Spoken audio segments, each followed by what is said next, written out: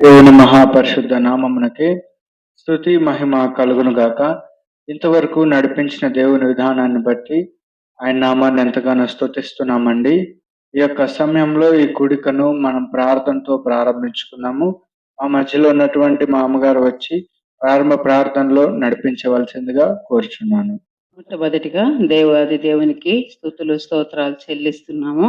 మరొక్కసారి మిమ్మల్ని అందరం కలుసుకోవడానికి దేవుడు నాకు ఇచ్చిన అవకాశాన్ని బట్టి దేవుని స్తుతిస్తూ ప్రార్థనలో నడుపుకుంటాం. స్తోత్రములు నాయన, స్తోత్రములు తండ్రి, మహోన్నతుడా, మహాగణుడా, పరిశుద్ధుడా, అత్యున్నతమైన సింహాసనం మీద ఆసనుడు ఉన్న మా ప్రియ పరలోకపు తండ్రి, మీ పాదములకు వేలాది స్థుతులు స్తోత్రాలు చెల్లిస్తూ ఉన్నాను నాయన. ఇద్దరు ముగ్గురు ఉన్న చోట నేను ఉంటానని వాగ్దానం చేసిన గొప్ప దేవా నీకు స్తోత్రములు నాయన. ఈ ఆరాధన అంతటిని కూడా నీ నామ మహిమాత్మై వాడుకోమని ప్రార్థిస్తూ ఉన్నాను నాయన. పాటలు పాడుతున్నప్పుడు నాయన నీ స్వరంను నాయన బిడ్డలకు దయచేయమని ప్రార్థిస్తుండగా నా తండ్రి సహాయం చేయమని వేడుకుంటున్నాను. అయ్యా నీ కుమారుడు వాక్యం ప్రకటిస్తుంటుండగా నాయన ఎవరికి ఏ వాక్యం అవసరమో నా తండ్రి ఆ మాటలు నీ బిడ్డ నోట ఉంచమని, నీ నోటికి బోరగా బిడ్డను వాడుకోమని ప్రార్థిస్తూ ఉన్నాను నాయన. ఈ యొక్క కార్యక్రమం చూస్తున్న వాళ్ళందరినీ కూడా నీ స్వాధీనంలోకి తీసుకోమని ప్రార్థిస్తూ ప్రతి ఒక్కరితో మీరు మాత్రమే మాట్లాడే మహిమ పొందమని, మహిమ ఘనత ప్రభావాలు మీకు చెల్లిస్తూ ఈ కొద్ది మాటలు నీ కుమారుడు మా రక్షకుడు తిరిగి మా కొరకు రారాజుగా రానున్న యేసయ్య పరిశుద్ధ నామములో అడిగి వేడుకొనుచున్నాను మా పరమ తండ్రి, ఆమేన్. సమయంలో మనము కొన్ని కీర్తనలు పాడుకొని దేవుని నామాన్ని స్తుతించి ఆరాధించుకుందామండి. మన ప్రభువును రక్షకుడైన యేసుక్రీస్తు నామమున మీ అందరికీ వందనములు తెలియజేస్తున్నాను. మరి కొద్ది సమయంలో మనం దేవుని నామాన్ని స్తుతించి ఆరాధించుకున్నామండి. సంకీర్తన 98వ అధ్యాయం 1వ వచనం, యెహోవా ఆశ్చర్యకరములు చేసి ఉన్నాడు, ఆయనను గూర్చి కొత్త కీర్తన పాడుడి. ఆయన దక్షిణ హస్తము, ఆయన పరిశుద్ధ బాహువు ఆయనకు విజయం కలుగజేసినది. ఈ విధంగా మనం మౌనంగా ఉండక ఆయన నామాన్ని మహిమపడతామండి.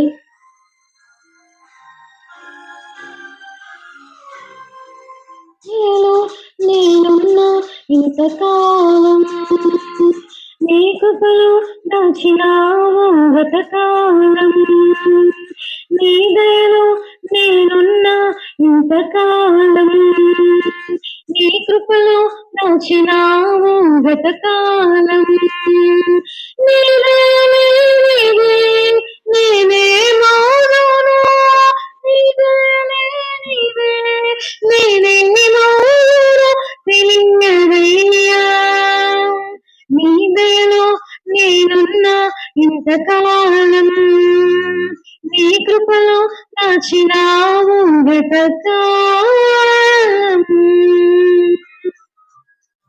దయచేసి ఎవరు మౌనంగా ఉండక మీ స్వరాలను వెప్పి మీ హస్తములతో చప్పట్లు కొడుతూ దేవుని నామాన్ని మహిమపరుద్దామండి. నిజమే కదా, ఆయన దయలు మనపై లేకుంటే మనం ఏ పార్టీ వారం, ఎన్నికలు లేని వారం, అభాగ్యులం, యోగ్యులం. నిజమే కదా, కాబట్టి ఆయన నామాన్ని స్తుతిస్తామండి.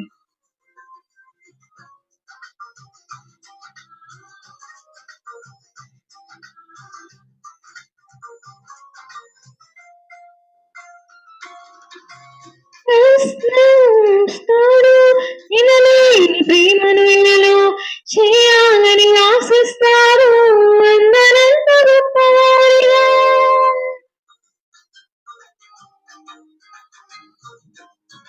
తల్లిదండ్రులు చూపిస్తారు ఎనలేని ప్రేమను వినలో చేయాలని ఆశిస్తారు అందరంత గొప్పవారిగా,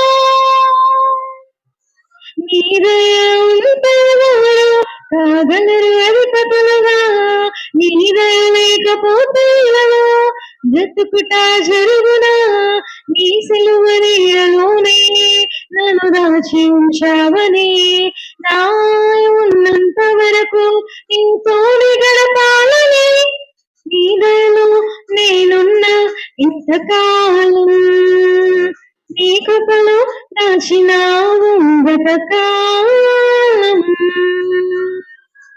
నిజమే కదా, మన తల్లిదండ్రులు మనల్ని ఎంతో పైకి ఎదగాలని ఎంతో ఆశిస్తారు.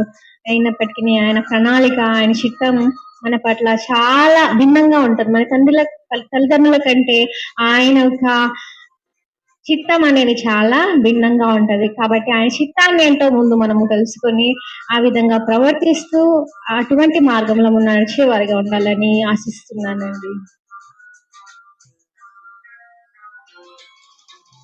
నేను రాలిన ప్రాణాన్ని నీతి నన్ను నిలిపావు, అపవాది కోయలకు అంటకుండా రాశావు.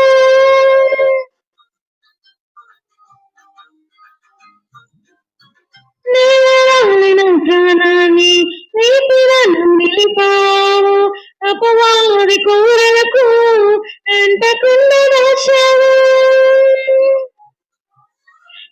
ఎక్కలా నీడలే నాకాశ్రయాదైవము, నా రాకుండా నీ కృపను తోడించినావు.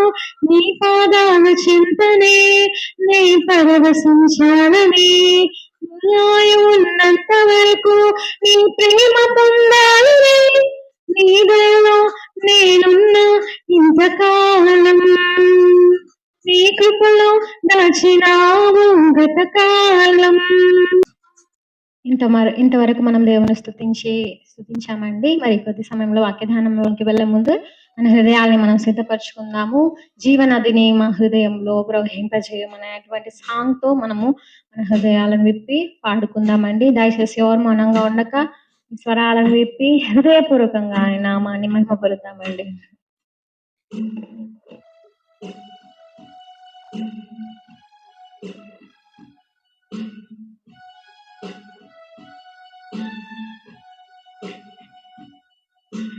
జీవనదిని నా హృదయములో ప్రవహింపజేయుమయా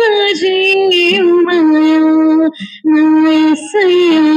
జీవనదిని నా హృదయములో ప్రవహింపజేయుమయా. శరీర క్రియలన్నీయు నశింపజేయుమయా.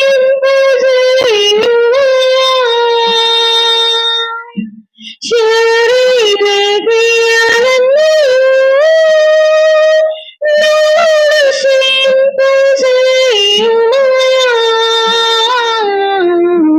జీవనదిని నా హృదయములో ప్రవహింపజేయుమయా నా యేసయ్యా. జీవనదిని నా హృదయములో ప్రవహింపజేయుమయా. బలహీన సమయములో నీ బలము ప్రసాదించుము యేసయ్యా. బలహీన సమయములో నీ బలము ప్రసాదించుము. జీవనదిని నా హృదయములో ప్రవహింపజేయుమయా నా యేసయ్యా.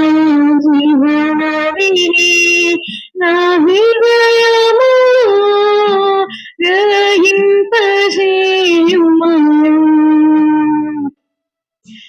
ఆత్మీయ వరములతో నన్ను అభిషేకం చేయుమయా. ఆత్మీయ వరములతో నన్ను అభిషేకం చేయుమయా. జీవనదిని నా హృదయములో ప్రవహింపజేయుమయా నా యేసయ్యా. ప్రవహింపజేయుమయా.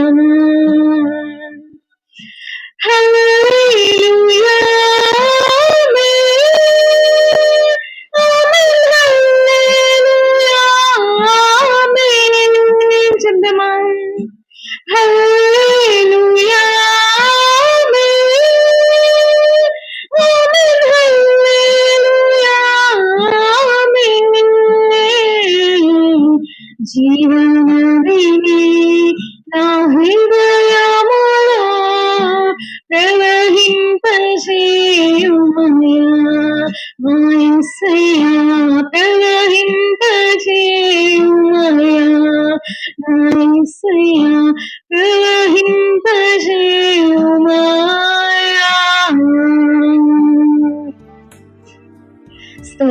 తండ్రి స్తోత్రం ప్రభునైనా మహిమగల రాజా మహిమోన్నతుడా మీకే స్తుతి మహిమ ఘనత ప్రభావములు చెల్లించుకుని చూస్తున్నాం గొప్ప పరమతండ్రి మీకు స్తోత్రం ప్రభా. ఈ విధంగా ప్రభానైనా ఒక జీజస్ ని మీరు మీ అధ్యక్షత నటిస్తున్న విధానం బట్టి మీకు స్తోత్రం ప్రభానైనా తండ్రి తండ్రి ఈ విధంగా ప్రభానైనా ప్రతి ఒక్కరి ప్రార్థన విన్నపములన్నీ పాదం చెంత మరపెడుతున్నాను ప్రభా. ఎంతో మంది బిడ్డలు ప్రభు వారి యొక్క ప్రార్థన రిక్వెస్ట్ ని షేర్ చేసుకుని ఉన్నారు. వారందరి విన్నపములన్నింటినీ పాదం చెంత మరపెడుతున్న సహాయం చేసినట్టు దయచేయమని ప్రార్థిస్తూ ప్రాధాయపడుతున్నానయ్యా తండ్రి మీకు స్తోత్రం ప్రభానైనా తండ్రి. అవునయ్యా మీ ఆత్మీయ అభిషేకంతో మమ్మల్ని నింపి నైనా ముందుకు నడిపింపు దయచేయమని ప్రార్థిస్తున్నాం ప్రభు. బలహీనంగా ఉన్న మమ్మల్ని ప్రభు బలపరిచి నైనా నీ శక్తి చేత ముందుకు నడిపింపు దయచేయమని ప్రార్థిస్తున్నాం నయ్యా మీకు స్తోత్రం ప్రభా. అవునయ్యా ఈ లోకాశలు శరీరాశలు నేత్రాశ జీవపుడంబం ప్రభా ఇవన్నీ యేసు నామంలోనైనా మాలో ఉండకుండా ప్రభా నైనా మంచిగా మేము నడవడికలో నడుచుట కృప చూపించి నడిపింపు దయచేయమని ప్రార్థిస్తూ ప్రభా నైనా తండ్రి ముందున్న సమయాన్ని పాదం చెంతకు సమర్పించుకోవచ్చాం. నీ ప్రేమ నీ దాసుడు ప్రభా దిలీప్ని బట్టి ప్రార్థిస్తున్నాను. మీ ఆత్మాభిషేకంతో నింపి మీరే మాతో మాట్లాడిన ప్రభా ఆ బిడ్డ ద్వారా మీరే మాతో మాట్లాడి నడిపింపు దయచేయమని ప్రార్థిస్తూ ప్రాధాయపడుతూ ముందున్న సమయాన్ని పాదం చెంతకు సమర్పించుకొంచు ఈ యొక్క స్తుతి అర్పణ యేసు నామమున అడిగి వేడుకొనుచున్నాను గుర్తుపట్టండి. ఆమేన్.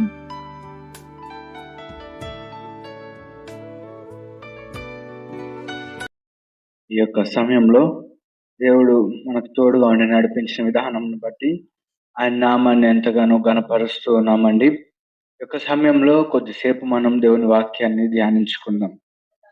లూకాసు వార్త 8వ అధ్యాయము. లూకాసు వార్త 8వ అధ్యాయము 4వ వచనం నుంచి. బహుజన సమూహము కూడి ప్రతి పట్టణము నుండి ఆయన యుద్ధకు వచ్చుచుండగా ఆయన ఉపమాన రీతిగా ఇట్లనెను. విత్తువాడు తన విత్తనములు విత్తుటకు బయలుదేరెను.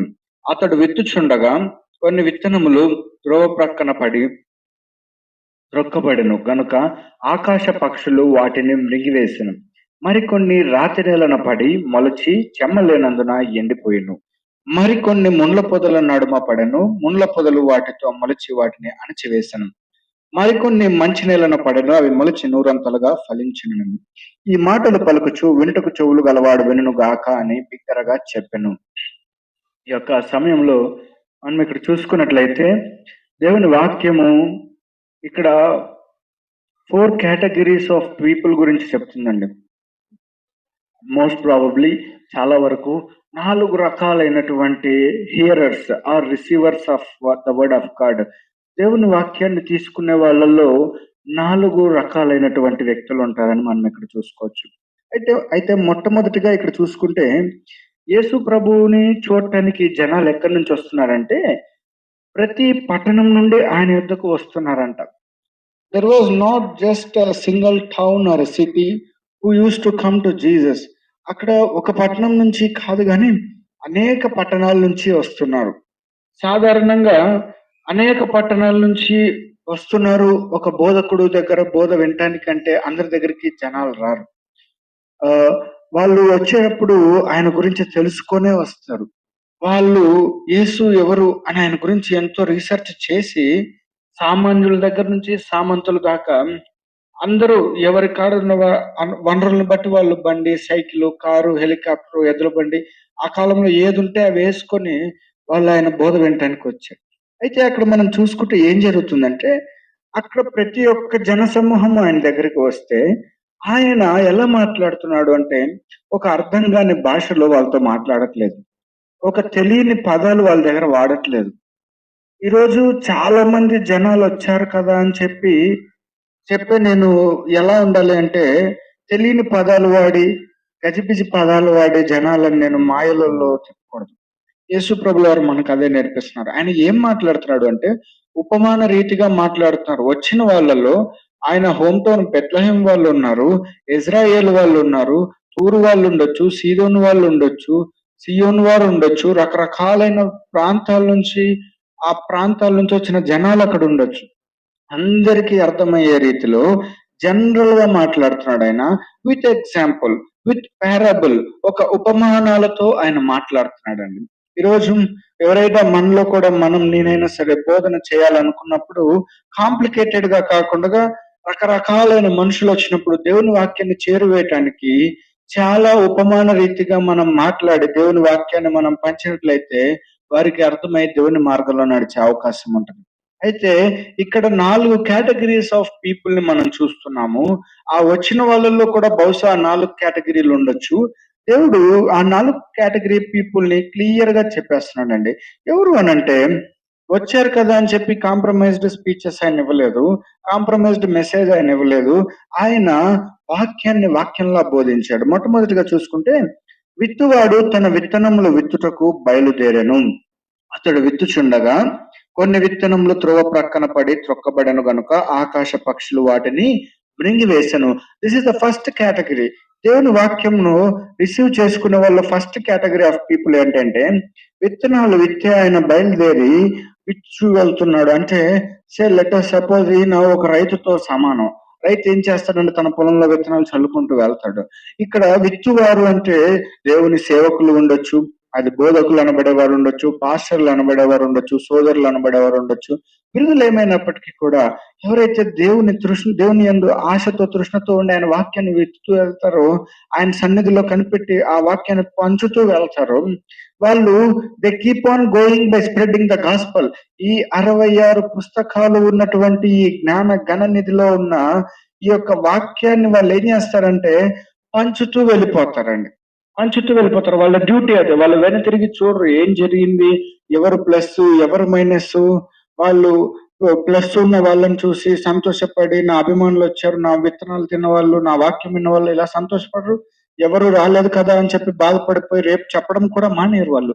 వారి పని ఏంటంటే ఈ వాక్యాన్ని చెప్పుకుంటూ వెళ్ళిపోతారు, విత్తనం విత్తుకుంటూ వెళ్ళిపోతారు. అయితే ఫస్ట్ కేటగిరీ ఆఫ్ పీపుల్ ఏంటి అంటే, ఆ విత్తనాలు విత్తుచుండగా కొన్ని విత్తనాలు ఏమైపోతాయంటే ప్రక్కన పడిపోతాయి. ప్రక్కన పడిపోతే ఏమవుతాయంటే ఆకాశ పక్షులు వాటిని తినేస్తాయి. అండ్ మోర్ ఓవర్ అవి త్రొక్కబడతాయి. పొలంలో ఒక విత్తనం పడింది అంటే అది మొలకెత్తుతుంది.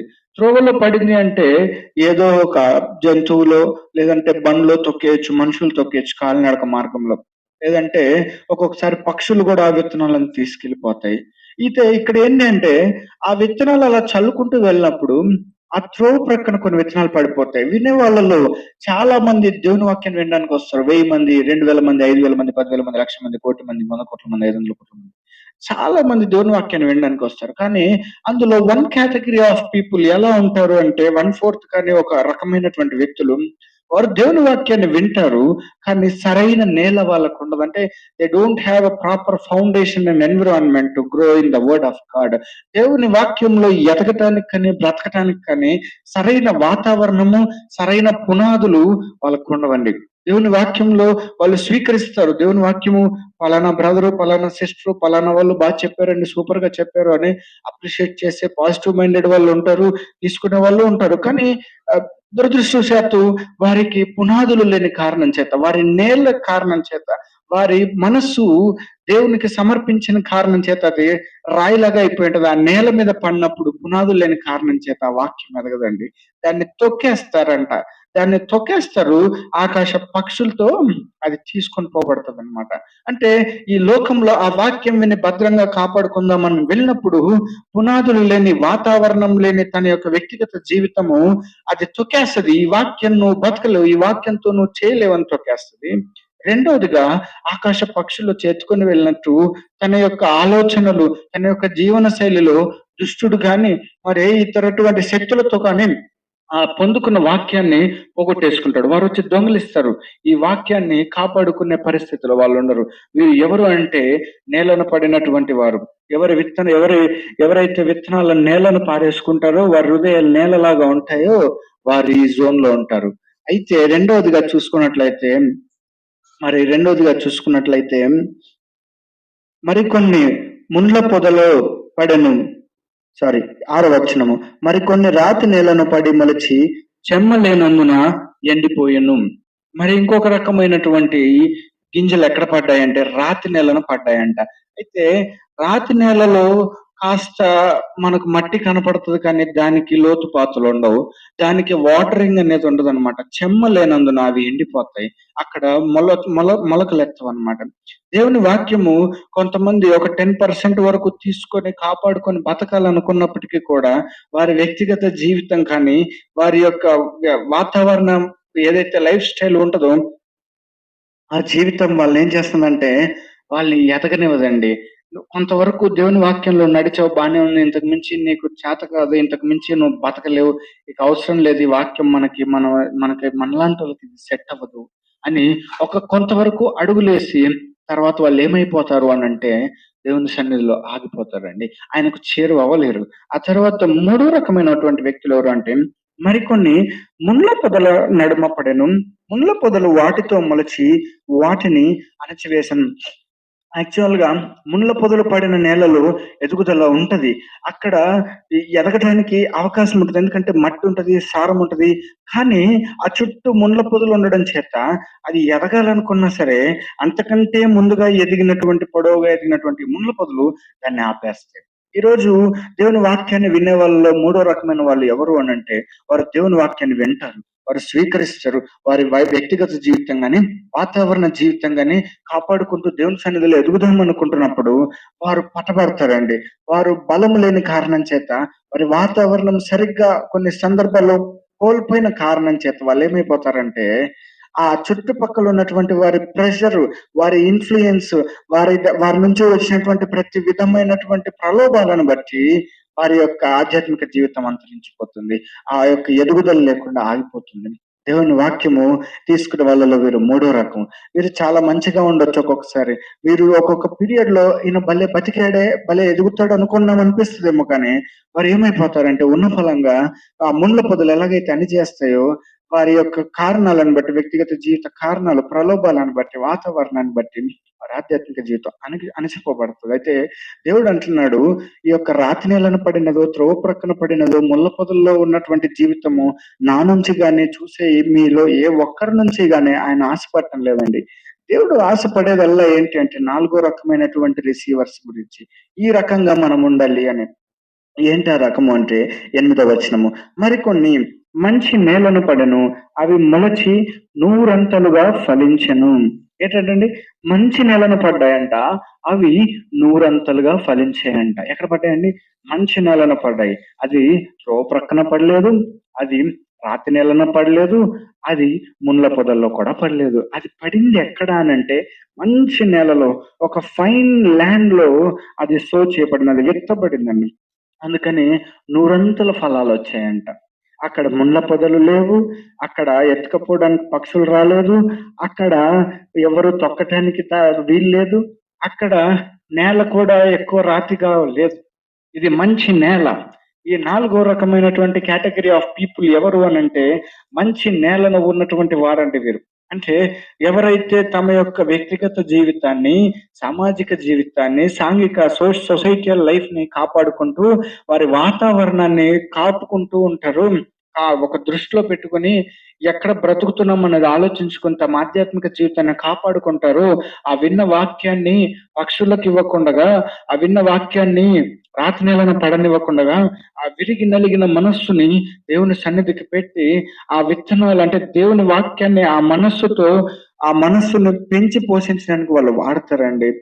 మనిషి పెరగడానికి నీళ్లు కావాలి, దేహం బతకడానికి ఆ ఆహారం కావాలి. అలానే మానవ హృదయము ఆధ్యాత్మికంగా ఎదగటానికి దేవుని మాట కావాలండి.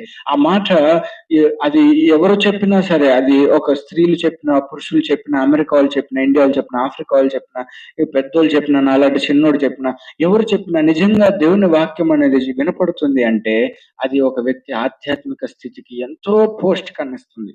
ఆధ్యాత్మికంగా పడినప్పుడంట ఏం జరుగుతుందంటే ఫలాలు వస్తాయి. 1, 2, 3, 4 కాదు, 100 ఫలాలు దేవుడు మనకు దయచేయబోతున్నాడు. అయితే ఈ రోజు మనం ఇక్కడ చూసుకున్నట్లయితే ఈ మాటలు పలుకుచు ఆయన అంటాడు, వినుటకు చెవులు గలవాడు వినును గాక అని బిగ్గరగా చెప్పను. ఎందుకు ఆయన ఇలా కోట్ చేస్తున్నాడు అంటే అక్కడ కొంతమంది పడని వాళ్ళు, తప్పులు పట్టే వాళ్ళు కూడా వస్తున్నారు. అండ్ మోర్ ఓవర్ అక్కడ ఎంతో మందికి అది అర్థం కాలేదు. చాలా మందికి క్వశ్చన్ మార్క్స్ తో ఉంటారు. తర్వాత ఆయన దాన్ని వివరిస్తాడండి. అయితే ఈ రోజు మన వ్యక్తిగత జీవితాల్లో మనం ఆలోచించుకున్నప్పుడు అది నేనైనా సరే, చూసే వాళ్ళలో అయినా సరే, మన ఫేజ్ ఎక్కడ ఉంది? దేవుని వాక్యాన్ని మనం వింటున్నాము, అయితే మనం భద్రపరుచుకుంటున్నామా? భద్రపరుచుకుంటున్నాము అంటే మన జీవితాల్లో ఫలాలు రావాలి, నూరంతల ఫలాలు రావాలి.